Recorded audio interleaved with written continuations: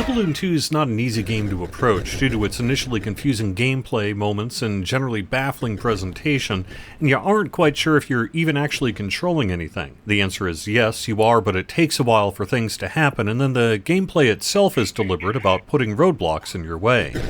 Apolune 2 is either an ultimately relaxed experience, or a lengthy co-op game with up to 8 local friends. It can be a game where you play for as long as you'd like, but it can also be a pretty short game if you don't wrap your head around the gameplay. At its core, the game's trailer gets the full experience across. Mine, fight, collect, die. You'll fight your tether while getting over to things to mine or collect, and you'll use your blaster to break apart rocks and kill aliens. As you float through space, your resources will decrease, run out of oxygen or food, or lose your ship, and eventually it'll be game over. Even with a lost ship, I was able to play for a while before ultimately aliens killed me.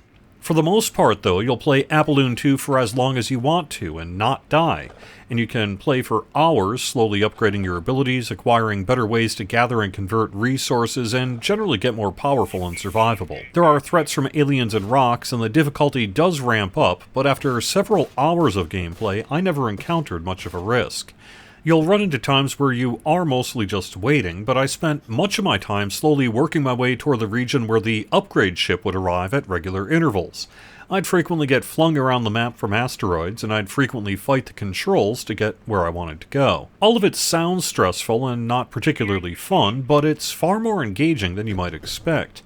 The game can be pretty addictive, and I found myself keeping playing longer than originally intended. I bet playing co-op is more fun, although I wasn't able to make it happen, and I bet a full group of 6 or more is a chaotic experience that might be great in certain settings. There's no saving of your game, which means each time you'll start from nothing, and it also means your experience won't necessarily change that much between games. I could see people who really get into Apolune 2 finding ways to pause the game since there is no pause in the game itself, and playing for a dozen hours or longer. Apolune 2 is in a strange place on the VCS. The game's developer has talked about how the game was inspired by the Atari VCS, and it was initially intended to release more than a year ago. The developer has also said the experience was specifically designed around the classic controller, which would be neat, but the reality is the classic controller doesn't work well and is functionally bugged. At the moment at least, the classic controller's twist only spins clockwise, and the developer is working on a bug fix. Additionally, there seems to be a bug with using analog sticks on modern controllers.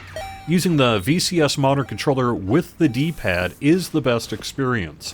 With the D-pad, you rotate with left and right, and thrust with up and down.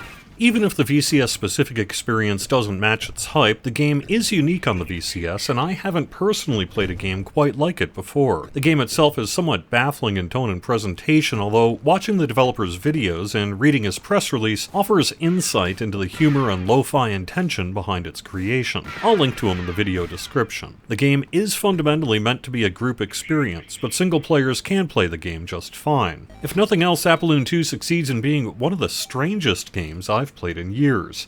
The developer states on the game's website that they, quote, make games no big studio would ever make, and Apolune 2 is a quick dive into how indie can get.